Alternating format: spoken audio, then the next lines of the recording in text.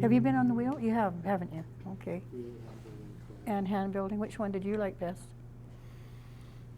I like the wheel, but it takes a lot more practice. Yes, it takes And practice. It's such micro, tiny little movement Yeah. kind of thing, right? I like Yeah. the So- wheel too, except it takes too long to clean up. Yeah, It it does, doesn't it? does. Yeah, From my experience, though, probably hand building is probably the best. yeah.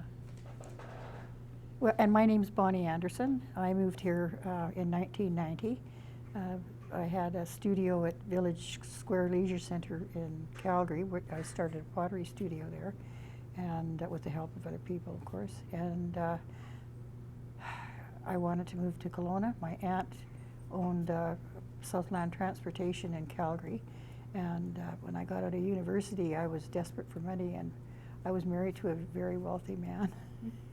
And when I left university, I wasn't married anymore. So my aunt said, "Well, you better come work for me." So I was a bus driver, school bus driver for, and then I had another art center at Village Square.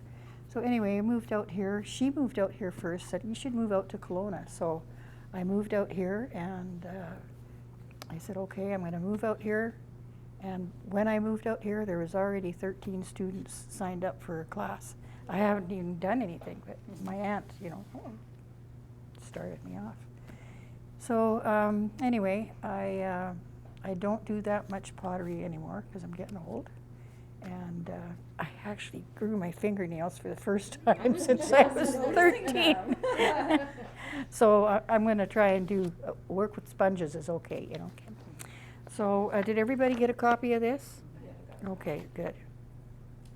She doesn't, huh, Mom? Oh, you don't have one? One beside you, I'm not. I know, I don't know where it went. Right here. Take this one. Here, yeah. Yeah, Mom. You know, it's the only way you're going to learn is by using different clays. But the problem is clay and glaze. You need to have a glaze that fits the clay body. In other words, you don't want the glaze to shrink so much that it cracks or crazes on the glaze when you take it out of the kiln. So glazes are formulated so that they fit the clay body. And I mean, there's a whole science involved in this, and it's very interesting if you like the science and the molecular. So if you use a wrong glaze on clay, you can just wreck the whole thing. Yeah, you can wreck it. And if you use the wrong glaze, or if you glaze too heavily on a piece, then the glaze will run down onto the kiln shelf. And it can actually, because the clay, when it's in the kiln, it shivers. It shakes a little bit like this when it gets to about just over 1,000 degrees. So if your glaze runs, it could hit that pot next door by running off the piece and then onto the kiln shelf and then onto the piece. And it's happened before. So we're very particular about, you know, and I'll show you how to do everything that you need to learn about that. So that's all the technical stuff that we have for today.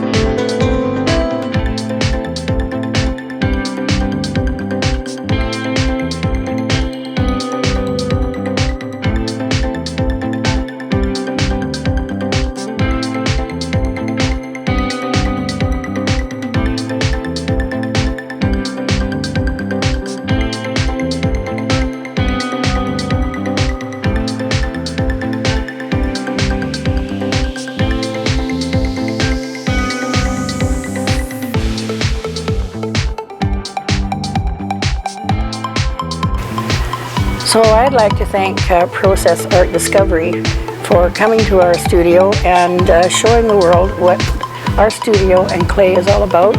And we really appreciate all the work that you have done and to make us a happy, comfortable art center.